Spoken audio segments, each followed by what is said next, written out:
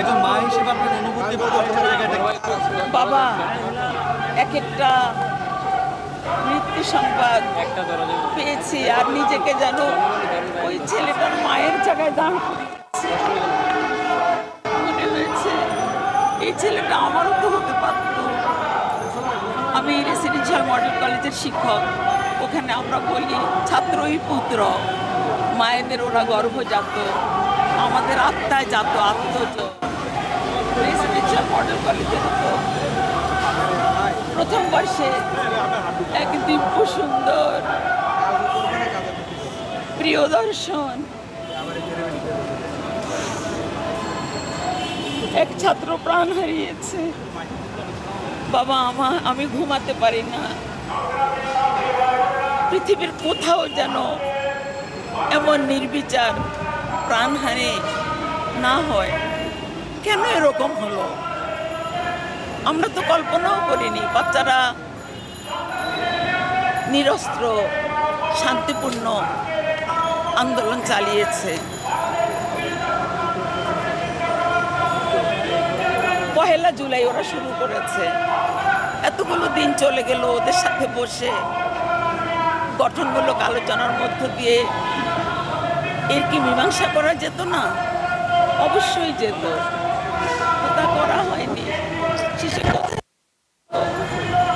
2 শতাধিক মানুষ, শুধু কি শিক্ষার্থী, বাবার কোলে শিশু নিক্ষিপ্ত গুলিতে প্রাণ হারিয়েছে। এ কেমন গুলি নিক্ষেপ? আমার যারা গুলি নিক্ষেপ করেছে পুলিশ, ওরা তো মায়েরই সন্তান, ওরা তো সন্তানের বাবাও বটে।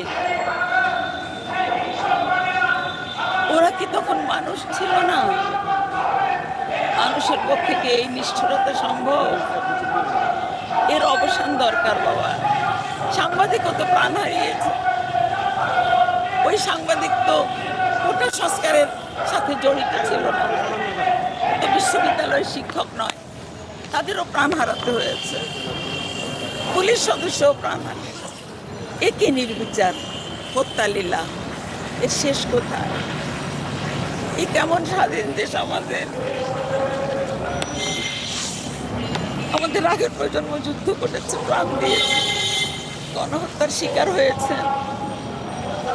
এখন আমাদের সন্তানেরা এভাবে প্রাণ দিচ্ছে। এই যে তোমরা কাজ করছো, তোমাদের বের হতে হয়। যে কোনো ঘটনায় তোমরা সাহস নিয়ে কর্তব্য পালনের জন্য বের হয়ে যাও। কে বলতে পারে মায়ের কাছে অথবা স্ত্রী সন্তানের কাছে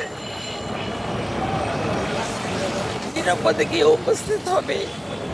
এ শেষ চাই বাবা, শেষ চাই। আর একটা প্রাণ যেন এইভাবে না যায়। এগুলি প্রাণও না। দিনমজুর, মুদি দোকানি হোসেন মিয়ার মতো পরিবারের উপার্জনকারী বাচ্চা ছেলেটা কত।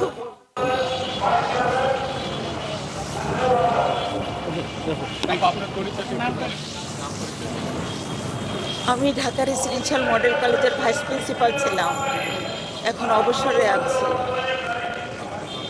ফেরদৌস আরা বেগম। তোমরা প্রচার করো না আমাকে। ঠিক আছে।